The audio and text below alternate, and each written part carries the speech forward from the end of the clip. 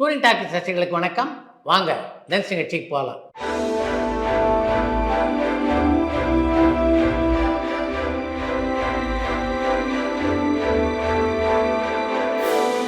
என்னம்மா முதல் கேள்வி? நடிகர்கள் முத்துராமன் and ஸ்ரீகாந்த் இவங்க 2 பேர்ல யாரு சீனியர் ஆக்டர்னு அம்ஜிகரையிலிருந்து பப்பு கேட்டிருக்காங்க.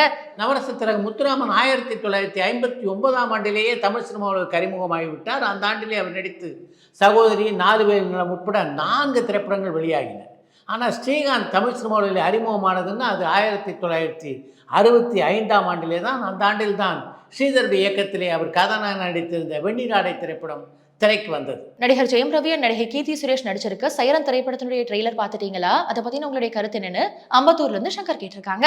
ஜெயம் ரவியும் கீர்த்தி சுரேஷும் நடித்துள்ள சைரன் திரைப்படத்தினுடைய ட்ரெய்லரை பார்க்கும்போது கதையம்சம் உள்ள படமாக அது இருக்கும் அப்படின்ற நம்பிக்கை பிறக்கிறது. அந்த படத்துடைய பல காட்சிகள் சிறப்பாக அமைந்திருக்கின்றன.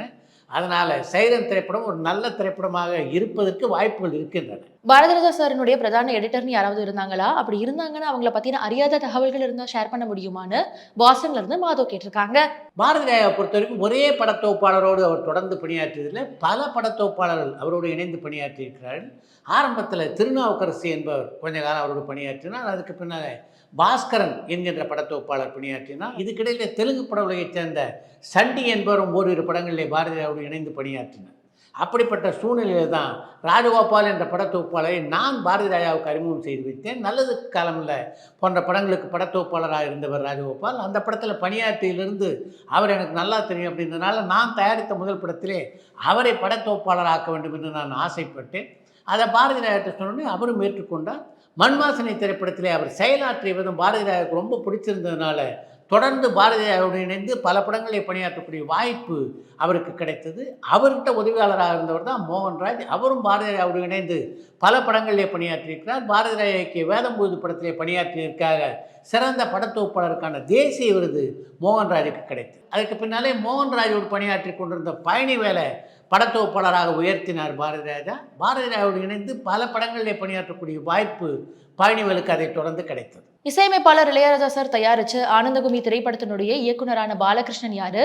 அவர் அந்த திரைப்படத்துக்கு அப்புறமா வேற ஏதாவது திரைப்படங்களை இயக்கியிருக்காரா? அண்ட் இளையராஜா சார் அவரை தேர்ந்தெடுத்ததுக்கான காரணம் என்னன்னு அடையார்ல இருந்து ராம்கி கேட்டிருக்காங்க. ஆனந்தகுமி படத்தை இயக்கிய பாலகிருஷ்ணன் இளையராஜாவுடைய மிகச்சிறந்த நண்பர். அதன் காரணமாகத்தான் அந்த படத்தை இயக்கக்கூடிய வாய்ப்பை அவருக்கு வழங்கினார் இளையராஜா. ஆனந்தகும்மி, நீங்களாக, அர்ச்சனை பூக்கள், மரகத வீணை, முத்துக்காலை, பூவரசன், உதவிக்கு வரலாமா என்று 6 திரைப்படங்களை இயக்கியிருக்கிறார். இதில் உதவிக்கு வரலாமா, முத்துக்காலை, பூவரசன் ஆகிய 3 திரைப்படங்களும் நவரச நாயகன் கார்த்திக் கதாநாயகனாக நடித்த திரைப்படங்கள். இந்த 6 படங்களை இயக்கியது தவிர 25க்கும் மேற்பட்ட திரைப்படங்களுக்கு அவர் வசனகர்த்தாவாக பணிபுரிந்திருக்கிறார். குறிப்பாக சொல்லணும்னா ஃபாசில் போன்ற மலையாள பட இயக்குனர் தமிழில் படங்களை இயக்கும்போது அவர் தான் அவர்களுக்கு ஆஸ்தான திரைக்கதை வசனகர்த்தாவாக பணியாற்றி வந்தார். ஃபாசிலுடைய இயக்கத்திலே உருவான பூவே பூச்சூடவா, வருஷம் 16, அதே மாதிரி ஆர்வி உதயகுமாருடைய இயக்கத்திலே உருவான ராஜகுமாரன், எஜமான் போன்ற படங்களுக்கும் அவர்தான் வசனகர்த்தா. நடிகர் விஜய் இனிமே நடிக்க மாட்டேன்னு சொன்னதுனால இயக்குனர் அட்லி எழுதிட்டு இருக்க ஷாருக் கான் சார் அண்ட் நடிகர் விஜயினுடைய மூவி என்ன ஆகும்னு காஞ்சிபுரம்ல இருந்து சரவணன் கேட்டிருக்காங்க.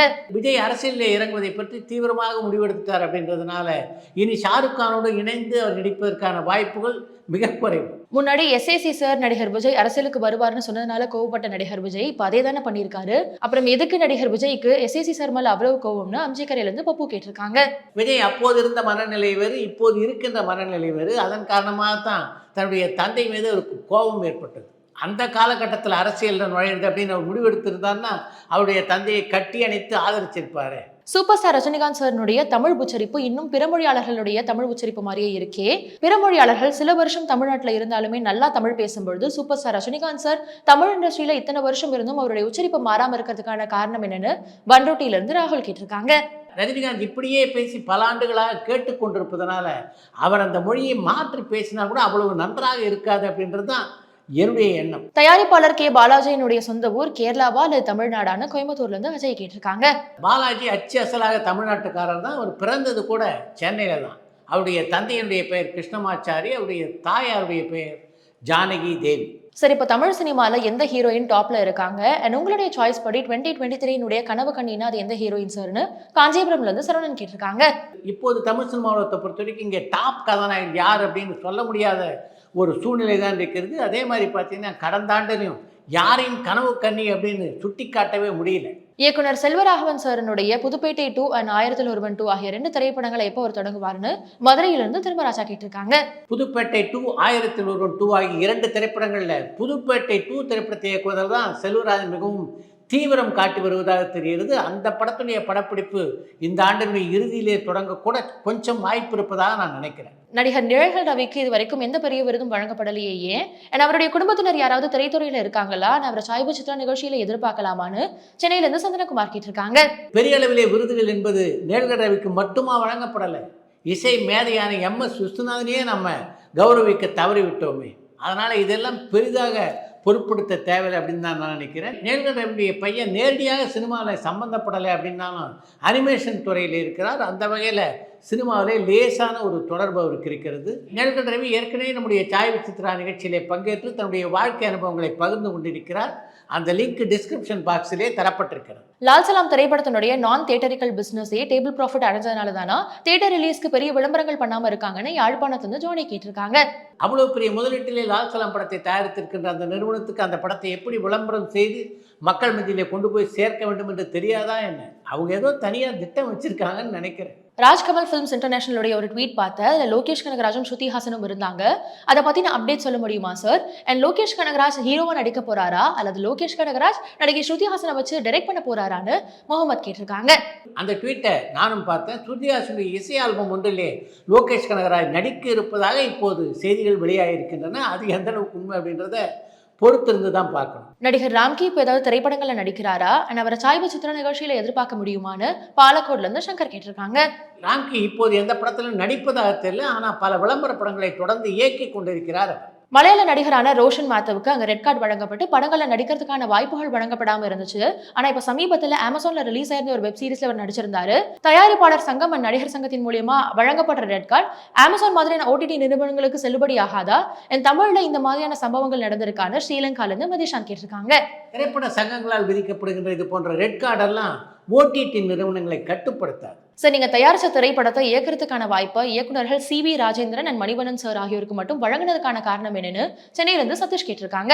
என்னுடைய திரைப்படத்தை தொடர்ந்து இயக்கிய CB ராஜேந்திரன், மணிவண்ணன் ஆகிய இருவருமே என்னுடைய மிக நெருங்கிய நண்பர்கள். நாம் ஒரு படத்தை தயாரிக்கும் போது நம்முடைய நெருங்கிய நண்பர்களுக்கு வாய்ப்பு கொடுக்காம வேறு யாருக்கு வாய்ப்பு கொடுப்பது? சார், கூட்டணி எல்லாம் இல்லாம தனியா கட்சி ஆரம்பிச்சு தனியா தேர்தலை சந்திச்சு ஜெயிச்சு யாராவது முதலமைச்சர் ஆயிருக்காங்களான்னு சென்னையிலிருந்து சுந்தரகுமார் கேட்டிருக்காங்க. சுதந்திர இந்தியாவிலே தனியாக கட்சி ஆரம்பித்து கூட்டணி இல்லாமல் யாரும் முதல்வராக வெற்றி பெற்றதாக சரித்திரம் இல்லை.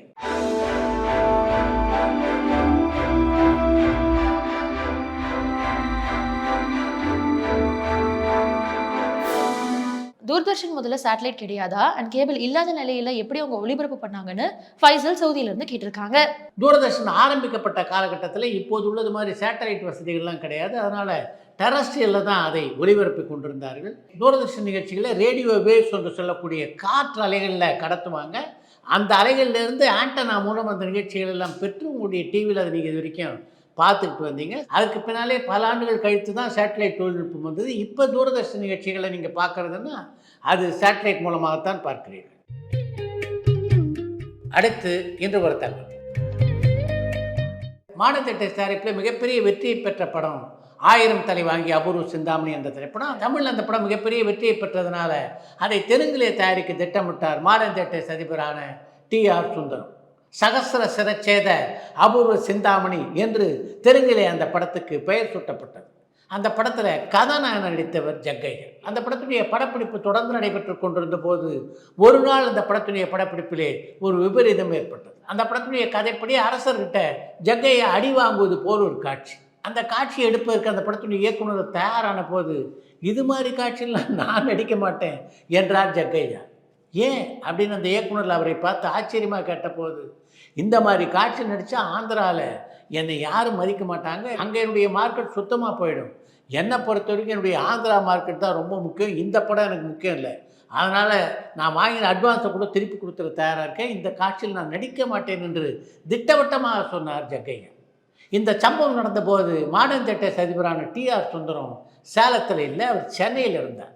உடனடியாக ட்ரங்கால் போட்டு அவருக்கு இந்த விஷயத்தை சொன்னாங்க. இந்த நடிகர் இப்படி நடிக்க மாட்டேங்கிறாரு, என்ன செய்யுது என்று அவரிடம் கேட்டபோது, இன்னும் 1 மணி நேரம் தொடர்ந்து படப்பிடிப்பு நடத்திக்கிட்டே இருங்க, ஜக்கையா இல்லாத காட்சிகளை படமாக்குங்க, நான் 1 மணி நேரத்தில் என்ன பண்ணலான்னு சொல்கிறேன் என்று அவளிடம் சொன்னார் டிஆர் சுந்தரம்.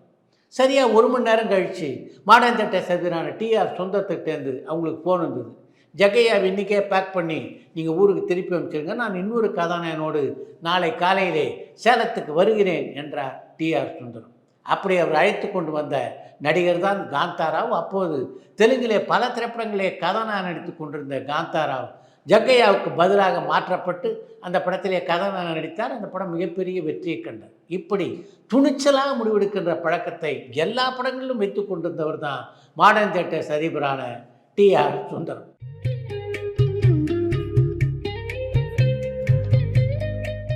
இத்துடன் இன்றைய லென்ஸ் நிகழ்ச்சி நிறைய பெறுகிறது. மீண்டும் அடுத்த லென்ஸ் நிகழ்ச்சியிலே சந்திப்போம். பரபரப்பான சினிமா செய்திகள், நட்சத்திரங்களின் பேட்டிகள், சினிமா வரலாறு ஆகியவற்றை பார்க்கவும் படிக்கவும் உங்களுக்கான இணையதளம் tourantalkies.co.